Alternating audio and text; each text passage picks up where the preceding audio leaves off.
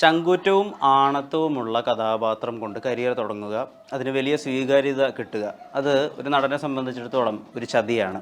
അതിനുള്ള പകർപ്പുകൾ പിന്നീട് ഉള്ള സിനിമകളിൽ അതുപോലെ തന്നെ കിട്ടിക്കൊണ്ടിരിക്കും. ബോബി കുര്യൻ അടുത്ത സിനിമയിലേക്ക് കടക്കുമ്പോൾ അതിനുള്ള പകർപ്പുകളാണോ കിട്ടിക്കൊണ്ടിരിക്കുന്നത്? സുമതി വളവിനെ പറ്റി സംസാരിക്കാൻ വാറൻ ദേവിയായ ബോബിയാണ് ചേരുന്നത്. നമസ്കാരം. നമസ്കാരം. അങ്ങനെ ഒരു കുഴപ്പമുണ്ട്. വൺസ് ഒരു ആക്ടർ ആദ്യ സിനിമയിൽ തന്നെ അത്ര കണ്ട് എസ്റ്റാബ്ലിഷ്ഡ് ആവും ഒരു കൈൻഡ് ഓഫ് ക്യാരക്ടറിൽ. ഫോർ ഇൻസ്റ്റൻസ് ഇപ്പോൾ ജലജ എടുക്കുകയാണെങ്കിൽ ആദ്യ സിനിമയിൽ തന്നെ അവർ ദുഃഖപുത്രിയാവുന്നു, പിന്നീട് അങ്ങോട്ട് ദുഃഖപുത്രിയുടെ നിരകളാണ് തീർച്ചയായിട്ടും വരുന്നുണ്ടോ? ഇപ്പോൾ ആണത്തവും ചങ്കൂറ്റവും ഉള്ള വാറൻ ദേവിയുടെ പകർപ്പുകളാണ് വരുന്നത്. ഒരുപാട് ക്യാരക്ടേഴ്സ് എനിക്ക് അങ്ങനെ വരുന്നുണ്ട്. പക്ഷേ ഞാൻ പണിക്ക് ശേഷം 4 സിനിമകളോളം ചെയ്തു. ഓക്കെ. അതിൽ രണ്ടാമത്തെ സിനിമയാണ് സുമതി വളവ്. അതിൽ മൂന്നാമത് ചെയ്തൊരു ക്യാരക്ടർ ആശാൻ എന്ന് പറയുന്നത് ഒരു ഗസ്റ്റ് അപ്പിയറൻസ് ആണ്. അതിൽ ആറ്റിറ്റ്യൂഡുള്ളൊരു ക്യാരക്ടറാണ് അത്. പക്ഷേ എൻ്റെ അപ്പിയറൻസും കാര്യങ്ങളെല്ലാം വേറെ ജേണലിൽ പ്രസൻറ്റ് ചെയ്തൊരു സിനിമയാണ്. ഞാൻ ഒരു 60 വയസ്സുള്ള ഒരു പ്രൊഡ്യൂസറിൻ്റെ വേഷം. ഓക്കെ. അതൊരു ചെറിയൊരു സീനിൽ വന്നു പോകുന്നതാണ്. പക്ഷേ ആ സിനിമയുടെ ഒരു വലിയ എലമെൻ്റാണ് ആ സീൻ. പിന്നെ ഞാൻ അഭിനയിച്ച സിനിമയാണ് ആഘോഷം. നരൻ ലീഡ് ചെയ്യുന്ന സിനിമ. അമൽ കെ ജോബി ഡയറക്റ്റ് ചെയ്യുന്ന സിനിമ. ഷൂട്ട് തീർന്നു, ഞങ്ങൾ പാലക്കാടായിരുന്നു. അതിൽ ഞാൻ ആക്ച്വലി പോസിറ്റീവ് ക്യാരക്ടർ, നരൻ്റെ കൂടെ ത്രൂ ഔട്ട് സഞ്ചരിക്കുന്ന ഒരു ഫ്രണ്ട് അല്ലെ ഓൾ ഇൻ ഓൾ ആയിട്ടുള്ള ഒരു ക്യാരക്ടർ. എനിക്ക് അങ്ങനെ വന്നിരിക്കുന്നത്. ഇനി മറ്റൊരു സിനിമ നാദൃഷക്കയുടെ magic mushrooms from Kanjikuzhi.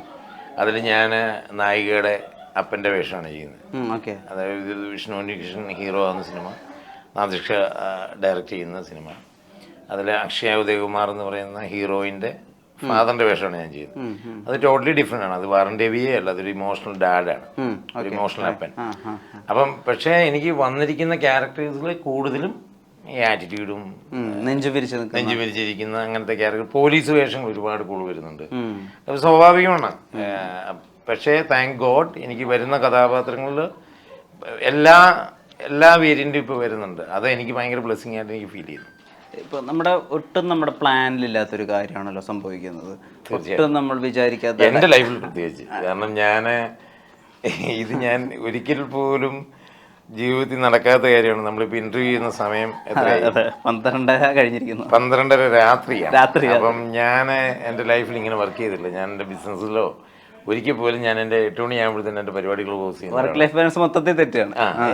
Totally താണെന്നില്ല. അപ്പം ഞാൻ പറഞ്ഞില്ല, ഞാൻ ചിന്തിക്കാത്തൊരു ലെവല് ആൾക്കാർ ഒരൊറ്റ സിനിമ കൊണ്ട് തന്നെ, പണി എന്ന് പറയുന്ന ഒരൊറ്റ സിനിമ കൊണ്ട് തന്നെ ഒരുപാട് ജനങ്ങൾ തിരിച്ചറിയുന്നു. ഞാനിതൊന്നും അനുഭവിക്കാത്തതും ചിന്തിക്കാത്തതുമായ ഒരു ലോകത്തേക്കാണ് ഞാൻ വന്നുപെട്ടത്. അത് ജോജു ജോർജിന് താങ്ക് യു. എന്നിരുന്നാൽ പോലും ഞാനതുമായിട്ട് കോപ്പ് ചെയ്ത് വരുന്നുള്ളൂ. എനിക്ക് ഇത്രയും പണി ഇറങ്ങിയിട്ട് ഓൾമോസ്റ്റ് കഴിഞ്ഞ ഒക്ടോബർ 2024 ഇറങ്ങിയതാണ് പടം. അതിൽ നിന്ന് ഞാൻ ഇതുവരെ മുക്തി നേടിയിട്ടില്ല. കാരണം എനിക്ക് ഓരോ ദിവസം കഴിയുന്തോറും എനിക്ക് കൂടുതൽ റെക്കഗ്നൈസേഷൻ ഞാൻ ഫീൽ ചെയ്യുന്നത്. ഞാൻ പണി ഇറങ്ങിക്കഴിഞ്ഞ് 1 മാസം കഴിഞ്ഞപ്പോഴത്തെ റെക്കഗ്നൈസേഷനല്ല എനിക്കിപ്പോൾ ഉള്ളത്. ഇപ്പോൾ എന്നെ എല്ലാവരും തിരിച്ചറിയാൻ തുടങ്ങിയിരിക്കുന്നത്.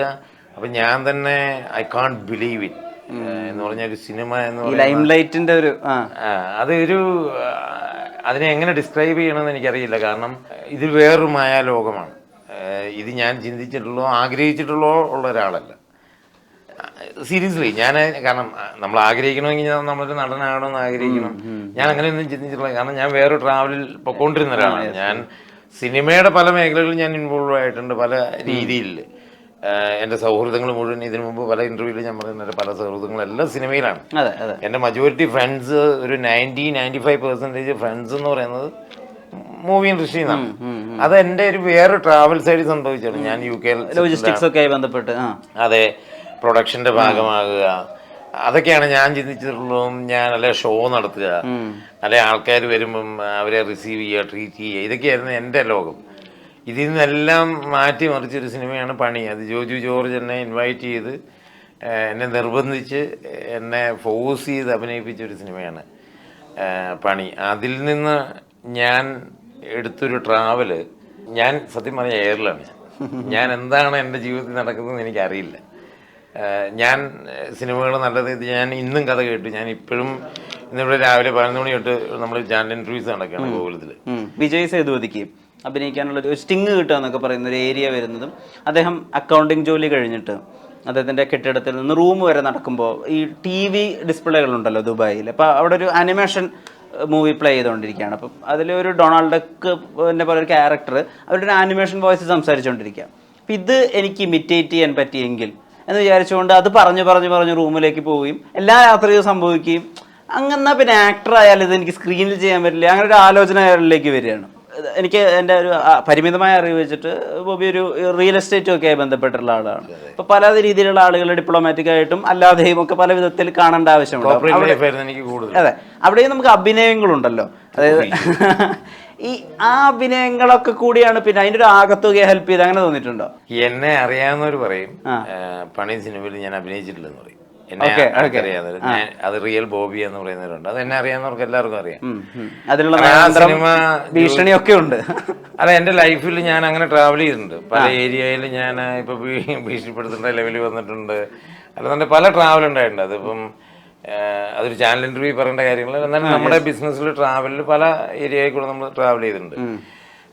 പക്ഷെ എന്നെ സംബന്ധിച്ചിടത്തോളം ഞാൻ ഒരുപാട് അനുഭവങ്ങൾ നേരിട്ട് കണ്ടിട്ടുള്ള ഒരാളാണ്. ഒരുപാട് ലോക്കൽ നമ്മുടെ സാധാരണക്കാരായ ജനങ്ങളുടെ ജീവിതവും എനിക്ക് നന്നായിട്ട് അറിയാം. കാരണം ഞാൻ ഇടുക്കി ജില്ലയിൽ ജനിച്ചു വിടുന്ന ഒരാളാണ്, കട്ടപ്പനക്കാരനാണ്. അപ്പം എൻ്റെ ഫാദർ ഒരു ഫാമറാണ്.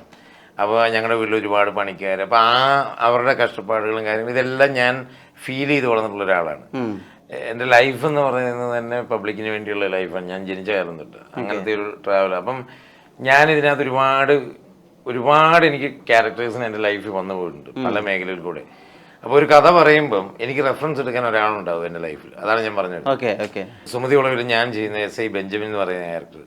അപ്പോൾ അഭിലാഷ് പിള്ള ആ ഒരു ക്യാരക്ടറിനെ സൃഷ്ടിക്കുമ്പോൾ അല്ലെ ഡയറക്ടർ വിഷ്ണു എന്നോട് അത് നരേറ്റ് ചെയ്യുമ്പോൾ എനിക്കൊരാളെ എനിക്ക് മനസ്സിൽ കാണാനുണ്ട്.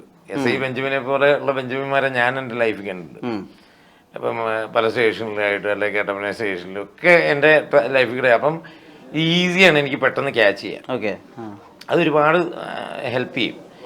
പിന്നെ ഇതിനേക്കാളൊക്കെ ഉപരി ഞാൻ ഒരുപാട് ആക്ടേഴ്സിൻ്റെ കൂടെ ട്രാവൽ ചെയ്തിട്ട് ഇവരുടെ എല്ലാം ഷോട്ടുകളിലും ക്യാരവനുകളിലും ഒക്കെ സമയം ചെലവഴിച്ച് ഇവരഭിനയിക്കുന്നതും ഒക്കെ കണ്ടിട്ടുള്ള ഒരാളാണ്. ഫ്രം ലാലേട്ടൻ ടിൽ ആര് വേണേലും, ജോജുവോ ആര് വേണേലും. അപ്പം ഞാനൊക്കെ ഇതിലൊക്കെ വരുന്നതിന് മുമ്പ് ഞാനിത് ഡേ ടു ഡേ കണ്ടുകൊണ്ടിരുന്ന ഒരാളാണ്. അപ്പോൾ ഇവരൊക്കെ ഇതിനെ അബ്സോർബ് ചെയ്യുന്നതും ടേക്ക് ചെയ്യുന്നതും ഒക്കെ ഞാൻ ഓട്ടോമാറ്റിക്കലി കണ്ട് മനസ്സിലാക്കിയ ഒരാളാണ്. ഇതിനേക്കാളൊക്കെ ഉപരി എനിക്ക് മലയാള ഈ സിനിമയിൽ ഇപ്പോൾ ജോജു വഴി കിട്ടിയ എൻട്രി പണിയിൽ എനിക്ക് ഒരുപാട് ബന്ധങ്ങൾ എന്ന് പറഞ്ഞാൽ എനിക്ക് നല്ല സൗഹൃദങ്ങളുള്ളതുകൊണ്ട് എന്നെ ഒരുപാട് ഹെൽപ്പ് ചെയ്യുന്നത്. കാരണം ഇവരാരും ചിന്തിക്കാത്തൊരു മേഖലയിലാണ് ഞാൻ വന്നിരിക്കുന്നത്. അപ്പം ഇവിടെ നിനക്ക് ഇങ്ങനെ ഒരു പരിപാടി ഉണ്ടോയെന്ന് ചോദിച്ച ഒരുപാട് പേരുണ്ട് എന്നെ അറിയാവുന്നത്. ഉദയകൃഷ്ണ, നമ്മുടെ റൈറ്റർ ഉദയേട്ടൻ എന്നെ 2008 തൊട്ട് അറിയാവുന്ന ഒരാളാണ്. ഞങ്ങൾ UK Christian brothers cinema shoot ചെയ്യണം. പണി എന്ന് പറയുന്ന സിനിമ കണ്ടിട്ട് എന്നെ വിളിച്ചിട്ട് ചോദിച്ചു, എടാ ഭൂമി, നിനക്ക് ഞാൻ ക്രിസ്ത്യൻ ബ്രദേഴ്സിലൊരു സീനിൽ അഭിനയിക്കാൻ പറഞ്ഞപ്പോൾ നീ ഓടുമായിരുന്നു. ഇത് നീ എന്തോ കാണിച്ചു വെച്ചിരിക്കുന്നത്. ജോഷി സാർ എന്നോട് പറഞ്ഞിട്ടുണ്ട്, എടാ നിനക്കിങ്ങനെ ഒരു പരിപാടി ഉണ്ടായിരുന്നു, ഞാൻ ഒട്ടും ചിന്തിച്ചില്ലെന്ന് പറഞ്ഞത്. ഇതൊന്നും പറയാത്ത ഒരാൾ കണ്ടു ചിരിച്ചെന്നുള്ളത് എൻ്റെ എല്ലാവരും രഞ്ജിയേട്ടൻ ഇത് ഒട്ടും സർപ്രൈസ് അല്ലായിരുന്നു. കാരണം പുള്ളി നേരത്തെ എന്നെ ക്യാച്ച് ചെയ്തിട്ടുള്ള ഒരാളാണ്. അപ്പം അതാണ് രഞ്ജിയേട്ടൻ എന്നോടുള്ള ഞങ്ങൾ തമ്മിൽ അടുക്കാനും ഉള്ള കാര്യങ്ങളൊക്കെ. ഓരോ മൂമെൻറ്റ്സിലുള്ള ഞങ്ങളുടെ കോൺവെർസേഷൻസും തമാശകളും ഒക്കെ രഞ്ജിയേട്ടൻ പെട്ടെന്ന് ക്യാച്ച് ചെയ്യും. നമ്മൾ ഓരോ കാര്യങ്ങൾ എടുക്കുന്നതും ഓരോ കാര്യങ്ങൾ ഡീൽ ചെയ്യുന്നതൊക്കെ. അപ്പം ഇതെല്ലാം എനിക്ക് എല്ലാ രീതിയിലും ടോട്ടലി ഭയങ്കര ഹെൽപ്ഫുള്ളാണ്. പിന്നെ ഞാൻ പറഞ്ഞില്ലേ, ഞാനൊരു ലൈഫിൻ്റെ ഒരു ട്രാവൽ കഴിഞ്ഞിട്ട് almost I'm 47, happy to say. അപ്പം നമ്മളിരുന്ന ഞാൻ പറയുന്നത് നമ്മളൊരു ലോകത്തിൻ്റെ ഒരു ട്രാവലൊക്കെ കഴിഞ്ഞിട്ട് ഇങ്ങനൊരു അവസ്ഥയിൽ എത്തിച്ചേർന്നിരിക്കുകയാണ്. അപ്പം ഞാൻ ആക്ച്വലി എവറി മൂമെൻറ്റ് ഞാൻ എൻജോയ് ചെയ്യാണ്.